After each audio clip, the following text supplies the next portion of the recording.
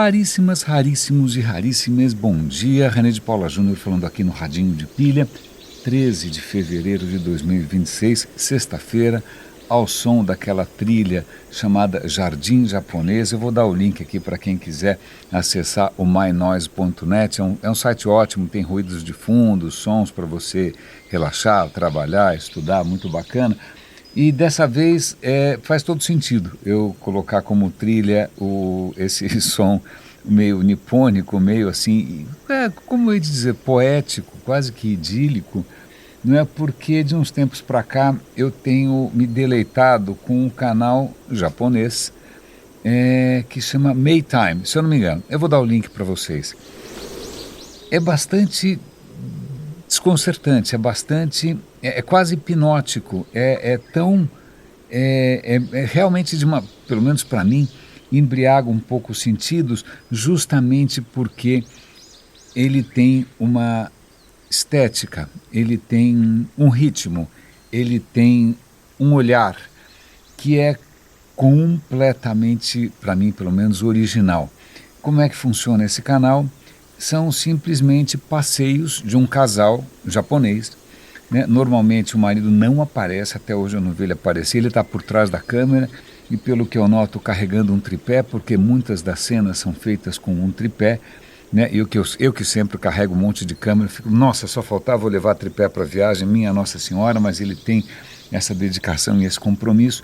Então é um casal viajando pelo Japão, né? E aí o vídeo pode ser assim, olha, visitando um bairro mais retrô de Kyoto, visitando o jardim não sei da onde, visitando Osaka, e é o oposto do que eu pelo menos estava habituado a ver em coisas de turismo, né? Quando você, de repente, lá no Instagram, o Instagram percebe, o algoritmo percebe que você gosta de algum país, Itália que seja, pronto, você vai ver tomadas de drone, aquelas imagens sensacionais, super saturadas, né? Aquele céu maravilhoso, esplêndido, lentes magníficas, fica tudo parecendo um pouco, nem sei, uma coisa bombástica, né? Uma coisa que infelizmente não corresponde à realidade, né? Em grande parte das vezes, mas o olhar desse casal é diferente, porque é um olhar pedestre, é um olhar, você está vendo pelos olhos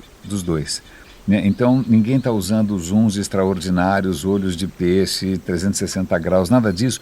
É simplesmente o que eles estão vendo de uma perspectiva bastante humana, né? Isso para mim é muito interessante porque, em primeiro lugar, eu estou sempre com uma câmera, eu fotografo compulsivamente mesmo quando eu estou em casa. Quem tiver a ousadia de me seguir ou a paciência de me seguir no Instagram já deve ter percebido, não é? Mas também porque isso me remete a um livro que eu comprei no Japão, trouxe para cá, né? Minha mulher que comprou e leu primeiro, falou, nossa, que maravilhoso, leia você também, que é um livro, acho que até vou dar o link para quem se interessa, que é para você entender melhor a arte japonesa, sobretudo em contraste com a arte ocidental. E quando ele comenta dessas gravuras japonesas, pensa aí Hiroshige, Hokusai, né, que muitas dessas paisagens, desses quadros japoneses, que são gravuras muitas vezes, eles representam a cidade vista de cima. Não que eles tivessem um drone nem nada. Mas é engraçado porque quando você vê essas pinturas japonesas, mostrando, sei lá, Edo, que era Tóquio lá atrás, não é uma perspectiva ocidental, não é aquela perspectiva com ponto de fuga, com linhas, né? Não. Não é também a perspectiva a vista de um pássaro. Na verdade, aquela imagem, ela não quer representar como seria a cidade vista do alto. Ela é mais ou menos um guia, porque é um guia caso você queira explorar a cidade, ela vai mostrando todas as ruazinhas, mas sempre sobre a mesma perspectiva, sempre sobre o mesmo ângulo.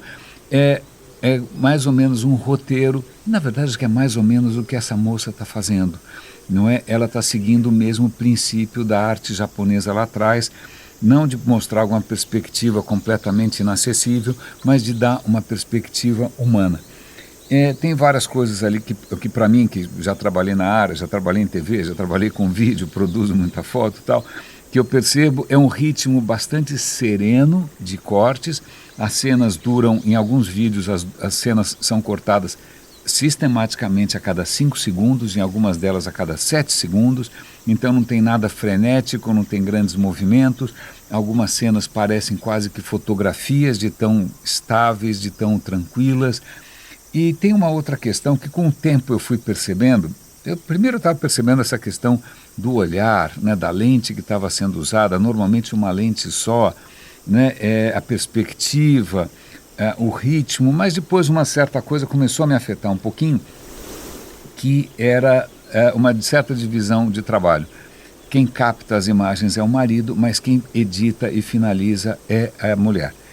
E eu já percebi que ela, uma questão estética certamente, ela é muito cuidadosa, ela é muito caprichosa na questão de cores, de colorização.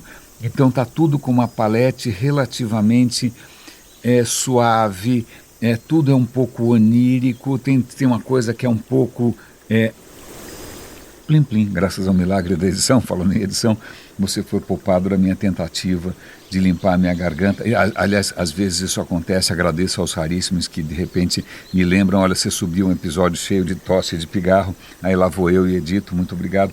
Mas voltando aqui para esse canal, e ele vai fazer sentido num contexto mais amplo logo logo. Não é? Quando, sobretudo as cenas de natureza, a natureza no Japão é absolutamente espetacular porque ela é muito exuberante e menos, como hei de dizer, menos bombástica que a nossa, né? Não é que vai pular dali um tucano, uma sucuri, né? Não é que vai ter alguma planta tropical extraordinária, não, é tudo muito delicado. Aliás, eu fico pensando, vou ver se eu faço uma conversa com o ChatGPT, se alguém já pensou em algum tipo de correlação entre o ambiente que você vive e as ideias que surgem. Eu fico pensando se alguma coisa como o monoteísmo judaico-cristão só poderia ter nascido num lugar absolutamente árido, né? Se o cara tivesse vivido sei lá onde, né? Em Manaus, eu não sei se ele ia conseguir pensar numa coisa parecida. Talvez ele pensasse numa coisa animística como a do Japão, né? Reconhecendo que ele está no seio de alguma coisa fecunda, né? E infinita, não exatamente lutando por cada gota d'água e torcendo para que chova. Mas, voltando aqui para o nosso canal da MEI, por que eu estou comentando isso? Porque eu comecei a ficar, eu estava até então achando magnífico esse despojamento, essa honestidade visual, mas aí eu percebi que tinha ali uma certa tentativa dela de conter toda o que a gente chamaria de palete de cores dentro de uma coisa bastante pensada, bastante considerada e bastante consistente. E esse uso da cor, né, ou desse tipo, é uma coisa que está ficando bastante. Não sei se você acompanha fotografia, mas eu sempre tive câmeras, mas eu sempre fui um fotógrafo amador e meio caseiro, não é? Então, tempo de película, eu lembro que alguns filmes eu gostava mais que outros. De repente eu comprava muito Fujicolor, eu achava que as cores eram mais vivas, né, mas não entendia muito bem por quê. E depois, quando eu comprei as primeiras câmeras digitais, que acho que foi em 2000, por aí, eu tenho uma câmera digital, acho que desde 2000, 2001, não lembro, não é? Cara, a foto saía do jeito que saía, porque não tinha controle nenhum, era tudo automático, e saiu bom, saiu ruim, tanto faz. Você tinha que torcer, e eu tinha sempre um pudor de não alterar as fotos depois que elas foram tiradas. Eu não ia lá ficar corrigindo, apagando, não, no máximo eu acertava o enquadramento, né? No máximo eu fazia crop. Isso ao longo de 15 mil fotos que eu tenho no Flickr. Mas de uns tempos para cá, à medida que não só as câmeras digitais foram evoluindo, mas eu também fui, sei lá, investindo um pouco mais, você hoje fotografa não exatamente para produzir um JPEG pronto, mas você fotografa num formato que é chamado de RAW, que é sem nenhum tipo de intervenção, é o que o sensor viu. E aí você pega aquilo que o sensor viu, você pode eventualmente acertar a temperatura de cor, tal. E aí você pode escolher, que é uma coisa que para mim no começo era um pouco confusa, eu não sabia muito o que fazer. Você pode escolher esquemas de cor, né? Ou então uma coisa que chama LUT, que é Lookup Tables, né? Então você pode deixar, você pega a sua foto, olha, aqui é o Adobe Color, aí fica de um jeito. Aí você põe os presets da sua própria câmera, natural, vívido, cinemático, e putz, a sua foto vai mudando completamente. E não é filtro necessariamente, não é o filtro do Instagram, não, é simplesmente a maneira como a câmera está interpretando as cores. e eu demorei para encontrar ali uma que eu achasse que correspondia àquilo que eu estava vendo, sem tornar as coisas artificialmente coloridas ou não. Às vezes eu acho que eu caio na tentação e acabo salientando um pouco mais algumas coisas, mas esse tipo de manipulação para mim é relativamente nova e é um aprendizado. E agora vamos lá, agora o radinho vai viajar na maionese como sempre. Por que eu estou falando desse canal do Japão, ao som do Japão? Né? Mas porque vamos voltar um pouco na história. O que eu não sabia, eu ouvi um episódio simplesmente genial do Thinking Aloud, que é um episódio da BBC que eu adoro, né, e que infelizmente eu estou percebendo já pela voz que o apresentador está ficando cada vez mais velhinho, né, em algum momento ele provavelmente vai se aposentar, como o Melvin Bragg, que era outro apresentador da BBC que eu venerava. Ele simplesmente pendurou a chuteira por uma questão de idade, para minha profunda tristeza. O episódio era sobre cor, sobretudo em filmes coloridos. E aí entra a história que para mim, eles comentam sobretudo do aspecto geopolítico. Eu não podia imaginar que tivesse uma geopolítica da cor, né? Mas a hora que eu fui tentar aprofundar com o Claude não foi muito bom, a hora que eu tentei aprofundar com o ChatGPT foi muito melhor, ele acabou resgatando detalhes históricos importantes. Mas a questão aqui é a seguinte: década de 20, no começo do século passado, várias tentativas estavam acontecendo no mundo todo de conseguir produzir filme colorido, né? Várias tentativas, mais caseiras, menos caseiras, tal, e no mundo todo. Mas aí o que acontece é que, se eu não me engano, ali década de 20 e 30, um dos melhores processos para você produzir filme colorido era alemão, era da Agfa. Eu não preciso dizer que em pouquíssimo tempo os alemães, que já tinham percebido o poder da comunicação de massa, né, usando rádio para divulgar propaganda. E vale lembrar, propaganda aqui não é para você comprar sorvete ou para você comprar botox. Não, propaganda normalmente é usada. No Brasil a gente usa propaganda de uma maneira um pouco relaxada, aliás, como a gente usa tudo de uma maneira relaxada. Mas propaganda lá fora é normalmente propaganda política. Né? Quando é propaganda de, sei lá, Doritos, Xizitos, né? Aí eles chamam de publicidade ou advertising. Tá? Então vamos lá, propaganda é eminentemente ideológica, eminentemente política. E aí Goebbels, aquela turma maquiavélica toda nazista, descobre que o cinema é uma ferramenta extraordinária. Aliás, eu esqueci de perguntar para o ChatGPT, mas a quantidade de filmes produzidos pelos nazistas é simplesmente acachapante. Eles produziram filme industrialmente. Aliás, se você for para Potsdam, ali que fica perto de Berlim, tem tipo uma Universal Studios alemã, que chamava, como é que chamava? Eles chamavam de Traumfabrik, a fábrica dos sonhos, né, que era onde tinha ali, como se fosse a Cinecittà italiana, como se fosse a Hollywood americana, você tinha ali a Traumfabrik, que era onde os filmes alemães eram produzidos, inicialmente filmes como Metrópolis, grandes clássicos, tal, mas depois o filme nazista um atrás do outro, né? Os nazistas encampam ali a Agfa e pronto, os primeiros a produzir filmes coloridos, muito coloridos, um colorido realmente de cair o queixo. Imagina, para quem nunca tinha visto um filme colorido, de repente você vê um filme colorido, né? Foram os nazistas. Lamento informar. É bastante desconcertante. Aliás, a primeira vez que eu vi um filme, sei lá, algum registro colorido do Hitler, aquilo me causou um mal-estar, porque eu estava acostumado a ver imagens em preto e branco. Tem filmes clássicos nazistas horríveis, como o Triunfo da Vontade, sei lá eu, que é preto e branco, tal, magistral em termos de fotografia, mas sinistro em termos de ideologia. Mas quando eu vi o Hitler a cores, me causou um mal-estar, porque quando você vê em preto e branco, parece que é alguma coisa antiga.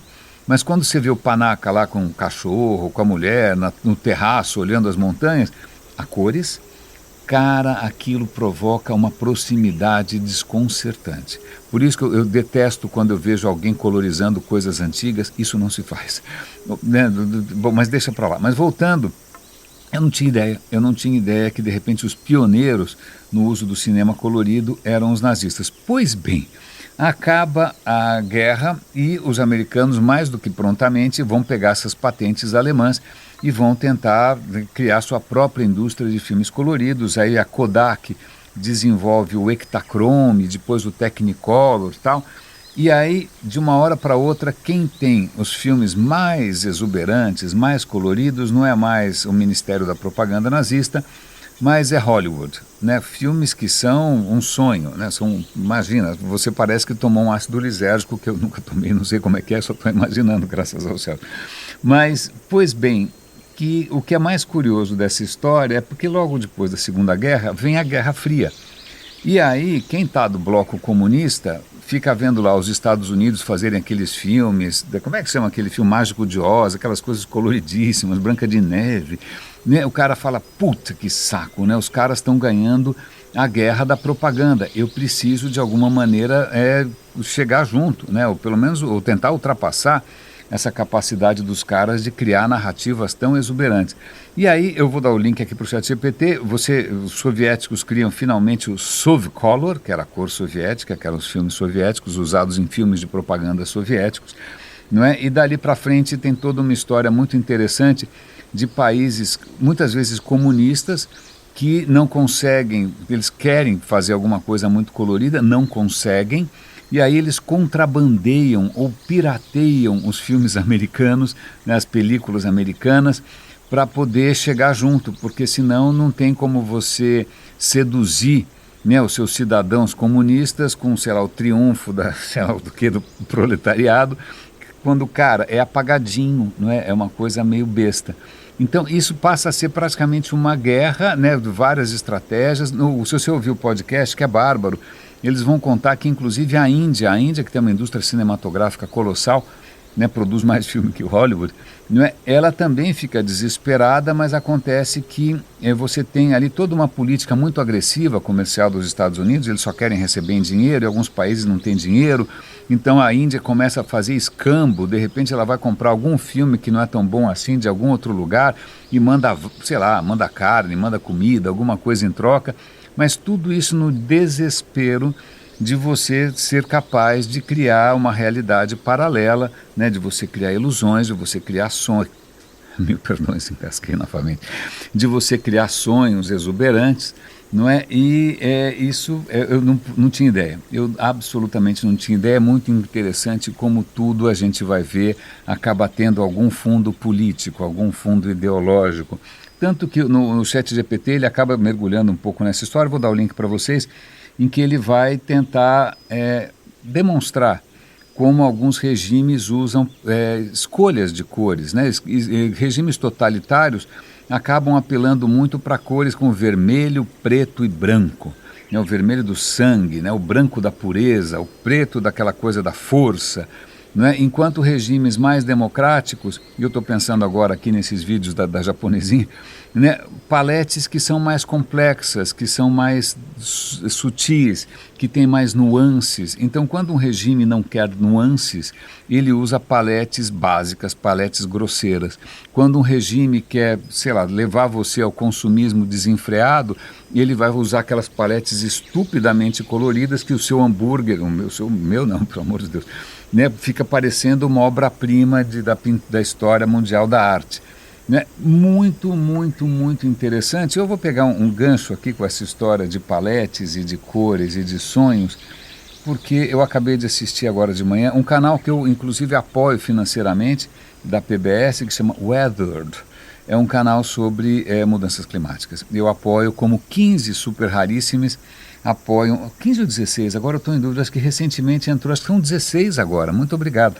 Apoiam financeiramente o radinho, que não tem o menor finalidade econômica, financeira, nem nada. Isso daqui é feito do coração. Na verdade, eu estou pagando por tudo, pelo Adobe, pela SoundCloud, pela história toda. Aliás, eu vou fazer um parêntese aqui, já que eu falei dos super raríssimos. Ontem eu fui pego de surpresa pela constatação súbita de que o Radinho estava fazendo aniversário. Então ontem eu acabei fazendo um episódio bastante raro, raríssimo, não é? Que foi um episódio ao vivo. Eu abri uma live acho que no Twitter, no LinkedIn, no Facebook, no YouTube. Eu vou passar o link para quem quiser ver. Né? Eu fiz uma live falando sem interrupção. Por sorte, eu não engasguei nem tossi, né? Não precisei fazer nenhum tipo de corte, foi ao vivo, afinal. Mas ali eu conto um pouco da história desses 10 anos do Radinho. Esse é o episódio 2199. é episódio pra caramba. Eu nem consigo imaginar, eu não podia imaginar que fosse durar tanto.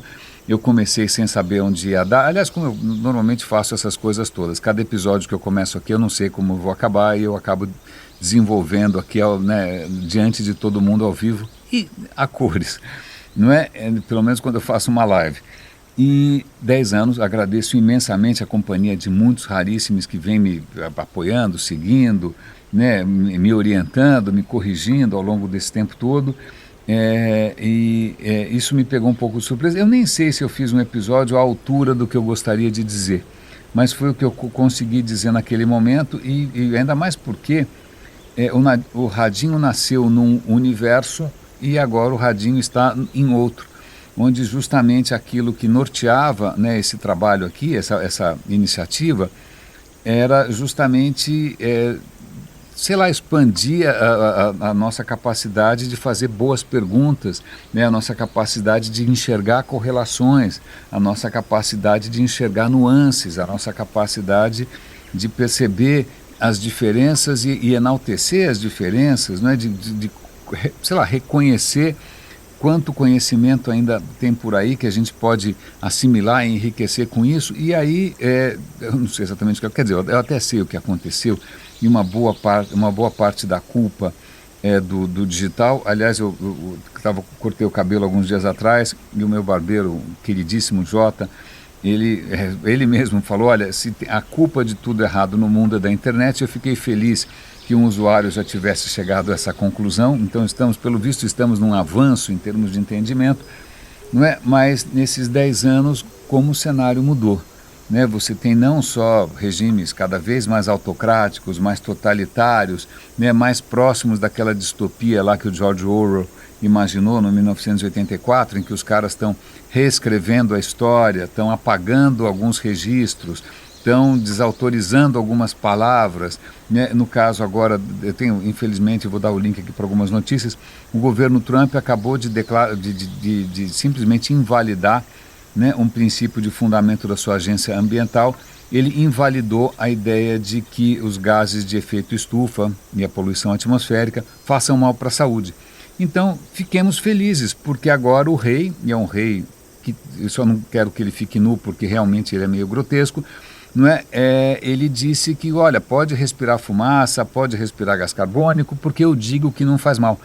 Então, é um retrocesso bastante grande, mas eu fico feliz que existam aqui e ali, né, territórios de resistência, como, por exemplo, o que o Radinho está fazendo há tanto tempo. Então, eu agradeço aqui imensamente a companhia e fico aqui pensando o que vai acontecer daqui para frente. Aliás, tem um pequeno disclaimer.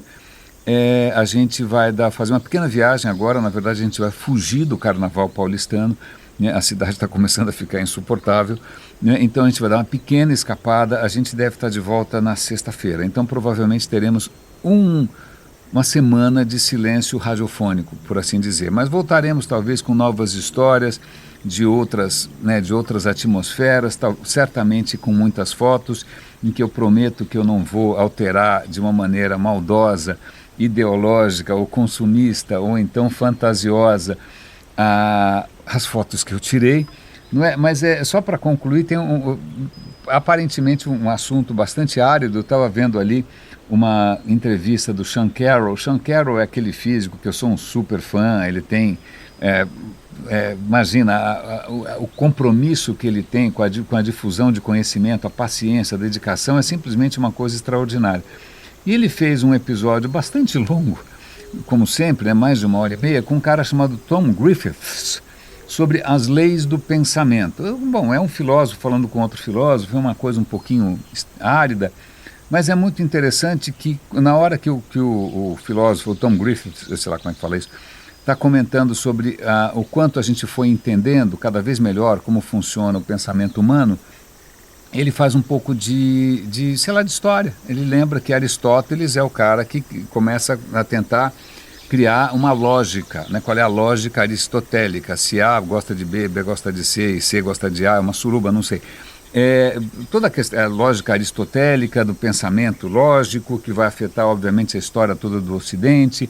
em algum momento vai ter ali uns cabeções, tipo Leibniz, que vão achar que de repente, se a razão, a lógica racional, ela segue leis tão claras assim, de repente a gente consegue traduzir isso em termos matemáticos e quem sabe um dia a gente constrói uma máquina exata e precisa que tem um raciocínio e uma inteligência infalível, né? Mas é muito curioso porque a ciência vai avançando, né? E a gente começa a perceber que não é bem assim que a gente funciona, né? Não é bem assim que a lógica humana funciona. A gente não funciona de uma maneira binária ou dura, né, com categorias perfeitamente definidas, é tudo meio difuso, é tudo meio flu, é tudo meio cheio de nuances, que nem o vídeo da nossa japonesinha, não é? E aí descobriram que de repente a melhor maneira de você tentar fazer alguma coisa que mais ou menos pensasse, parecesse pensar, era tentar replicar como o nosso cérebro funciona, e ele funciona basicamente não em cima de alguma alma eterna, algum espírito, sei lá de onde que o Descartes inventou,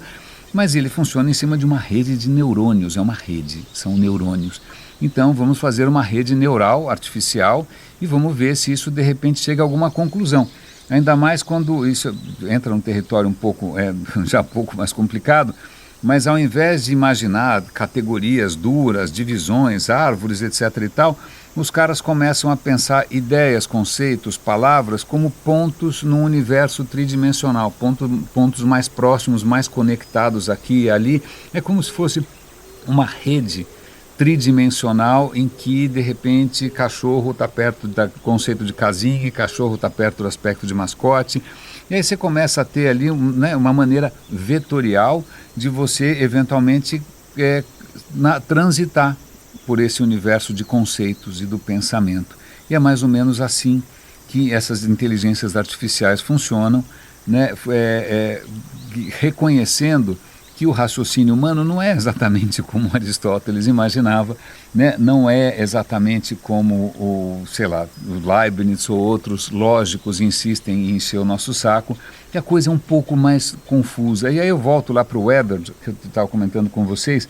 Eu recomendo que vocês assistam.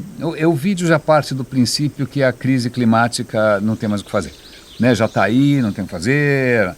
E aí eles vão dar 5 princípios para você conseguir sobreviver basicamente ao fim do mundo. Eles vão trazer ali 2 especialistas, um cara que tem falado direto sobre crise climática, um outro que está tentando ver como antigas civilizações sofreram o impacto de crises climáticas, algumas simplesmente desmoronaram, outras seguraram um pouco mais, para ver se a gente aprende alguma lição.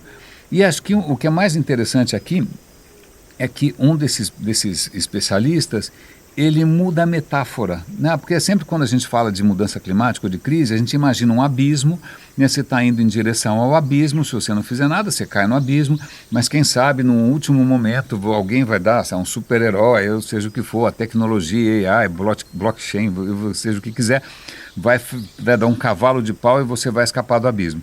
Não é assim. A metáfora que ele está propondo é muito mais interessante, é a metáfora de um barco. Você está num barco, não me convide, por favor, porque eu não sou um grande amigo do mar, mas você está num barco com vários outros marinheiros tal, e aí o que acontece é que tem uma tempestade à sua frente. Quando você vai ver, normalmente você totalmente contornaria a tempestade, mas já não dá mais, você já entrou no meio da tempestade, né? Como é que você sai do outro lado, né? Então essa é uma imagem muito poderosa, muito interessante, e você, quem sabe, consegue assimilar um pouco melhor, porque é aquela sensação que, tipo, na boa, o negócio está feio, né? A situação não está propícia, e a gente tem que, de alguma maneira, se coordenar para fazer isso funcionar. E alguns dos princípios que ele vai colocar ali, que tem até a ver com essa metáfora do barco, é uma questão de, em primeiro lugar, para você conseguir navegar nesse novo mundo, você tem que saber o que está acontecendo. Você tem que ter, se o teu barco tiver um radar, vai ser ótimo, porque você vê para que lado a tempestade piora, ou quanto tempo ela vai durar, né? E essa metáfora que eles chamam de situation awareness, né, que é a sua percepção do que está acontecendo, a gente percebe que isso está sendo sabotado no momento em que o governo Trump está simplesmente esvaziando tudo que tem a ver com monitoramento do clima. Então, agências meteorológicas, projetos de controle por satélite, e tudo isso que é um esforço internacional, a ciência internacional deveria ser, pelo menos, né, ele está esvaziando. Então a gente tem cada vez menos condições de saber onde a gente está. Né, e algumas informações estão sendo simplesmente escamoteadas ou estão sendo simplesmente revertidas na maior cara de pau, então a gente está voando às cegas. A segunda questão que acho que ele coloca, eu não vou lembrar todas, minha memória não é tão boa, mas ele vai colocar ali a questão de velocidade. Né? Quem está num barco tem que ser rápido para escapar de uma onda, de uma marola, desviar tempo e tal, e essa velocidade requer, entre outras coisas, né, o que ele chama de uma tomada de decisão. Né? Você tem que ser capaz de tomar decisões que sejam rápidas e que sejam boas. E aí, como é que você toma boas decisões?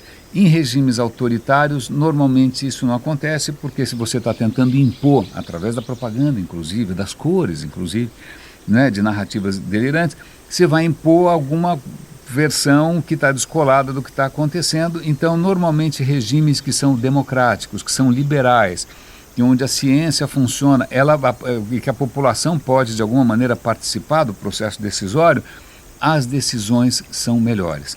Uma outra coisa que ele coloca lá é a questão da resiliência. Né? Se você está numa tempestade, o teu barco é feito de cuspe e barbante, fita crepe, desculpa, não tem jeito. Né? Então isso já está acontecendo hoje. Países que têm mais resiliência, que conseguem se recuperar melhor dos desastres, tem mais chance do que países que estão desperdiçando, sei lá, em corrida nuclear, seja o que for, né? E que a cada vez que tem um pega para capar, eu estou pensando aqui até no Brasil, cada vez que tem, sei lá, uma tragédia em Porto Alegre, uma tragédia não sei aonde, a gente não está estruturado para isso, a gente não tem resiliência, né? E aí uma questão que é muito interessante, que o outro pesquisador também traz, o cara que estudou várias civilizações que enfrentaram seca, pequenas eras glaciais e tal, desigualdade. Muitas civilizações caminham na direção de uma desigualdade crescente. Você vai ter uma elite não só podre de rica, é muito favorecida, mas também muito poderosa, enquanto quem está lá embaixo carrega piano e não tem poder de voz nenhuma. Normalmente essas sociedades, quando a coisa começa a balançar por causa de mudanças externas, climáticas, por exemplo, isso pode provocar rebeliões, pode provocar massacres, isso pode provocar revoluções, né? E isso explica o fim de muitas delas. Né? Sociedades que de repente eram um pouco menos opressivas, um pouco menos desiguais, elas acabam respondendo de uma maneira um pouco mais saudável. E aí a última coisa que ele coloca, e aí eu acho que meio que fecha com tudo que a gente está colocando aqui, é a questão de narrativa. Que histórias que você conta para as pessoas saírem da zona de conforto, para as pessoas saírem da ilusão. Né? Porque, por exemplo, eu estou usando essa nova metáfora, quem sabe isso ajuda as pessoas a acordarem. Porque agora sou eu aqui meio juntando essas coisas todas, a conversa sobre o processo de pensamento, essa conversa sobre cores, a conversa sobre, sei lá, filtros delirantes no Instagram, é que curiosamente, ou lamentavelmente, essa questão da manipulação nem sempre é uma coisa de cima para baixo. Não é só, sei lá, gente manipulando, ou como eu achava quando fazia faculdade, a indústria cultural, lavando o cérebro das pessoas inocentes. Tal. Pois bem, a indústria cultural capotou, pelo menos do jeito que a gente conhecia lá atrás. Mas o que a gente percebe é que, na verdade, as pessoas, se puderem escolher entre fatos e coisas que são relativamente, sei lá, meio sem sal, ou então muitas vezes um pouco amargas, ou talvez um pouco indigestas, se ela puder escolher, ela vai escolher jujuba. A gente vai escolher, olha, por favor, não, hoje eu quero ver alguma coisa para cima, eu quero vibrações positivas, eu quero alguma coisa leve. Né? A gente faz uma seleção natural do que a gente quer ver. A gente vai provavelmente favorecer ilusões. Então, essa natureza humana, que é do me engana que eu gosto, em muitos casos me engana que eu gasto, na verdade, essa nossa natureza humana é cúmplice de tudo isso, né? Porque veja quantas pessoas, quanto tempo cada um gasta vendo vídeos muitos deles feitos por AI hoje em dia, né? Vídeos fantasiosos, vistas, né, de cidades que você nunca vai conseguir. Esse tipo de delírio, essa coisa onírica, né? Quanto tempo as pessoas passam nisso e quantas elas efetivamente passam, sei lá, ouvindo radinho, ou então eventualmente lendo um jornal, ou então estudando o que está acontecendo. É desigual. Na hora que a gente criou esse mundo self-service, não é muito difícil você competir com narrativas que são completamente fantasiosas, né? Artificialmente coloridas, colorizadas artificialmente, né? Com paletes delirantes. Então, raríssimas, raríssimos e raríssimos, eu aqui, né, que estou há 10 anos insistindo num tofu com uma palete relativamente, digamos assim, meio sem graça, eu fico feliz que a gente tenha conseguido sobreviver, o que eu não tenha, sei lá, me rendido a esse tsunami, né, de seduções que são completamente irreais e que são cada vez mais irresistíveis. Em suma, tudo isso para dizer muito obrigado. Raríssimas, raríssimos e raríssimes, cuidem-se por favor e até a volta. Bom carnaval, juízo.